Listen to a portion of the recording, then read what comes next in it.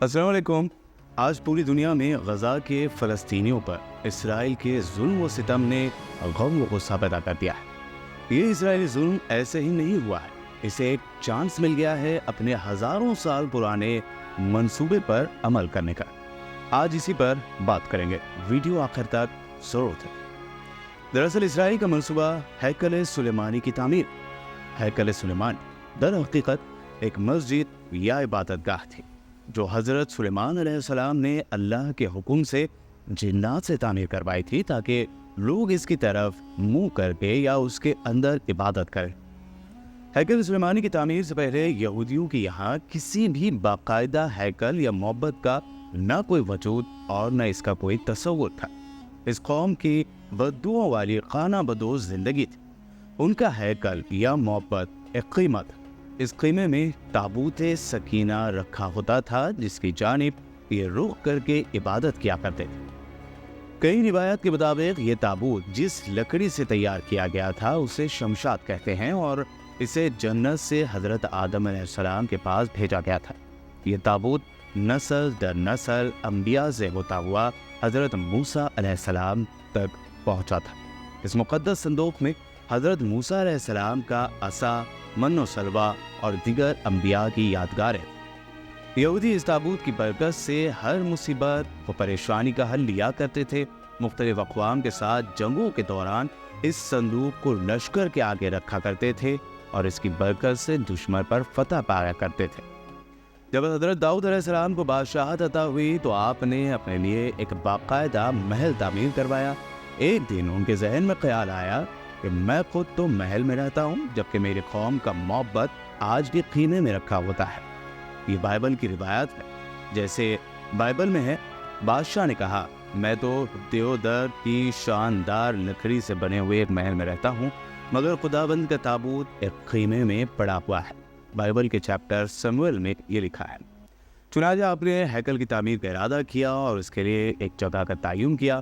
ماہرین نے آپ کو مشورہ دیا کہ اس ہیکل کی تعمیر آپ کے دور میں ناممکن ہے، آپ اس کا ذمہ اپنے بیٹے حضرت سلیمان علیہ السلام کو دے دیجیے۔ چنانچہ حضرت سلیمان علیہ السلام نے 1970 قبل مسیح یعنی بیفور کرائسٹ اور 1930 قبل مسیح میں اپنے دور حکومت کے چوتھے سال میں اس کی تعمیر کا باقاعدہ آغاز کیا تھا۔ آج اس کی بناوٹ اور مضبوطی سے اندازہ کیا جا سکتا ہے کہ یہ تعمیر انسانوں کے بس کی بات نہیں تھی۔ اتنے بھاری اور بڑے پتھروں کو ان جنات کی طاقت سے چنا گیا تھا جن پر حضرت سلیمان علیہ السلام کی حکومت تھی۔ ہیکل کی پہلی تعمیر کے دوران ہی حضرت سلیمان علیہ السلام اس دنیا سے رخصت ہو گئے، لیکن جنات کو پتہ نہ چل سکا اور انہوں نے ہیکل کی تعمیر مکمل کر دی۔ یہ واقعہ آپ نے پہلے بھی پڑھا اور سنا ہوگا کہ حضرت سلیمان علیہ السلام کی روح اللہ نے دوران عبادت ہی قبض کر لی، لیکن اس کی ترکیب اس طرح بنی کہ آپ ایک لکڑی پر سر اور کمر رکھ کر عبادت میں مصروف ہو گئے تھے اور اس لکڑی کے سہارے سے یوں لگتا تھا کہ آپ اب بھی عبادت ہی کر رہے ہیں جبکہ آپ کا انتقال ہو چکا تھا۔ بہرحال یہ ہیکل، معبد یا مسجد بہت عالیشان اور وسیع و عریض تعمیر کی گئی تھی۔ حضرت سلیمان علیہ السلام کی وفات کے بعد اس میں 3 حصے کر دیے گئے تھے۔ بیرونی حصے میں عام لوگ عبادت کیا کرتے، اس سے اگلے حصے میں علماء جو کہ انبیاء کی اولاد میں سے ہوتے ان کی عبادت کی جگہ تھی۔ اس سے اگلے حصے میں جسے انتہائی مقدس سمجھا جاتا تھا اس میں تابوت سکینہ رکھا گیا تھا۔ اس حصے میں کسی کو بھی داخل ہونے کی اجازت نہیں تھی سوائے سب سے بڑے عالم پیش امام کے۔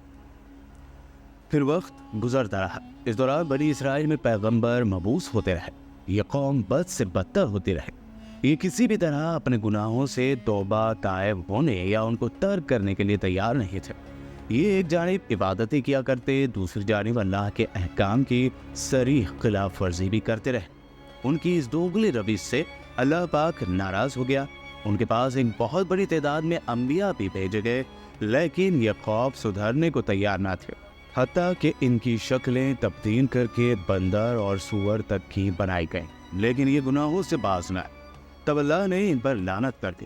ایک روایت کے مطابق 586 یعنی 586 قبل مسیح وقت نصر نے ان کے ملک پر حملہ کیا۔ ان کا ہیکل مکمل طور پر تباہ و برباد کر دیا۔ ہیکل میں سے تابوت سکینہ نکالا، 6 لاکھ کے قریب یہودیوں کو قتل کیا، تقریباً 2 لاکھ یہودیوں کو قید کیا اور اپنے ساتھ بابل عراق میں لے گیا۔ ایک اور روایت کے مطابق بخت نصر نے 80,000 کے قریب یہودیوں کو قتل کیا۔ شہر سے باہر یہودی غلاموں کی ایک بستی تعمیر کی جس کا نام تل ابیب رکھا گیا۔ 70 سال تک ہیکل صفحہ ہستی سے مٹا رہا۔ دوسری طرف بخت نصر نے تابوت سکینہ کی شدید بے حرمتی کی اور اسے کہیں پھینک دیا۔ کہا جاتا ہے اس حرکت کا عذاب اسے اس کے ملک کو اس طرح ملا کہ سن 539 یعنی 539 قبل مسیح میں ایران کے بادشاہ سائرس بابل یعنی آج کے عراق پر حملہ کر دیا اور بابل کے ولی عہد کو شکست فاش دے کر بابلی سلطنت کا ہی مکمل خاتمہ کر دیا۔ سائرس ایک نرم دل اور انصاف پسند حکمراں تھا۔ اس نے تل ابیب کے تمام قیدیوں کو آزاد کر کے ان کو واپس یروشلم جانے کی اجازت دے دی اور ساتھ میں ان کو ہیکل کی نئے سرے سے تعمیر کی بھی اجازت دے دی۔ اس کے علاوہ اس ہیکل کی تعمیر کے لیے ہر طرح کی مدد فراہم کرنے کا اس نے وعدہ بھی کیا۔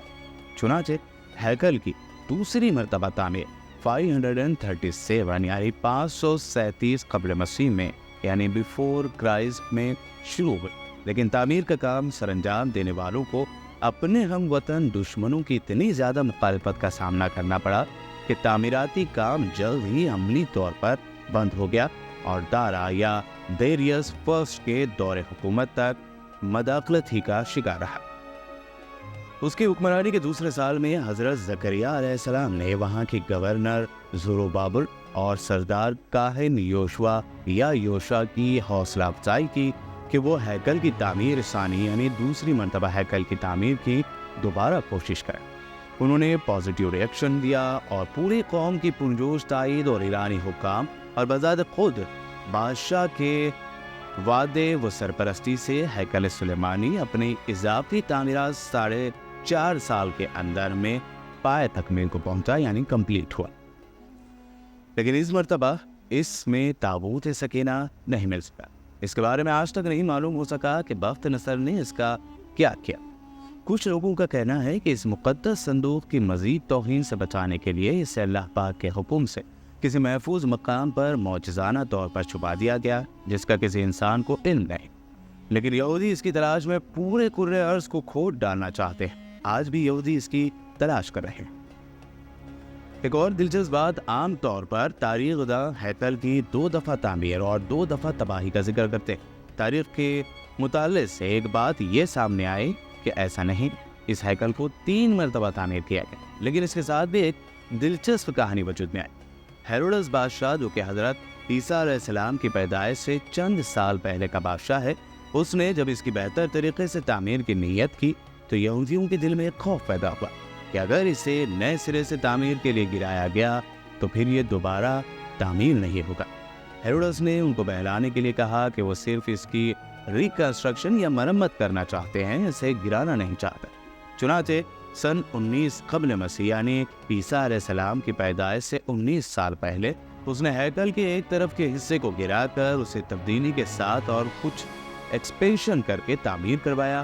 یہ طریقہ کامیاب رہا اور یوں یہودیوں کی عبادت میں خلل ڈالے بغیر تھوڑا تھوڑا کر کے ہیکل گرایا جاتا رہا اور اس کی جگہ نیا اور پہلے سے ڈیفرنٹ ہیکل وجود میں آتا رہا۔ یہ کام 18th منتھ یعنی 18 ماہ میں کمپلیٹ ہوا اور یوں تیسری بار ہیروڈس کے ذریعے ایک نیا ہیکل وجود میں آیا۔ کچھ عرصے بعد حضرت عیسیٰ علیہ السلام کا ظہور ہوا۔ اللہ کے رسول پر ایک بار پھر یہودیوں نے حسب معمول مظالم کے پہاڑ توڑنے شروع کر دیے۔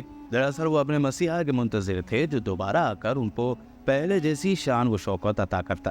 حضرت عیسیٰ علیہ السلام کے مصلوب ہونے کا واقعہ یعنی سولی پر چڑھانے کا واقعہ پیش آیا۔ حالانکہ ہم سبھی جانتے ہیں کہ اللہ نے حضرت عیسیٰ علیہ السلام کو زندہ عرش پر بلا لیا، جبکہ آپ کے ہم شکل کو یہودیوں نے سولی پر چڑھا دیا تھا۔ حضرت عیسیٰ علیہ السلام کے مصلوب ہونے کے 70 سال بعد ایک بار پھر اللہ کا عذاب نازل ہوا۔ اس بار اس عذاب کا نام تھا ٹائٹس۔ یہ رومی جرنیل بابل کے بادشاہ بخت نصر سے بھی زیادہ کرول یعنی ظالم ثابت ہوا۔ اس نے ایک دن میں لاکھوں یہودیوں کو قتل کر دیا۔ اس نے ہیروڈس کے بنائے ہوئے عظیم الشان ہیکل کی اینٹ سے اینٹ بچا دی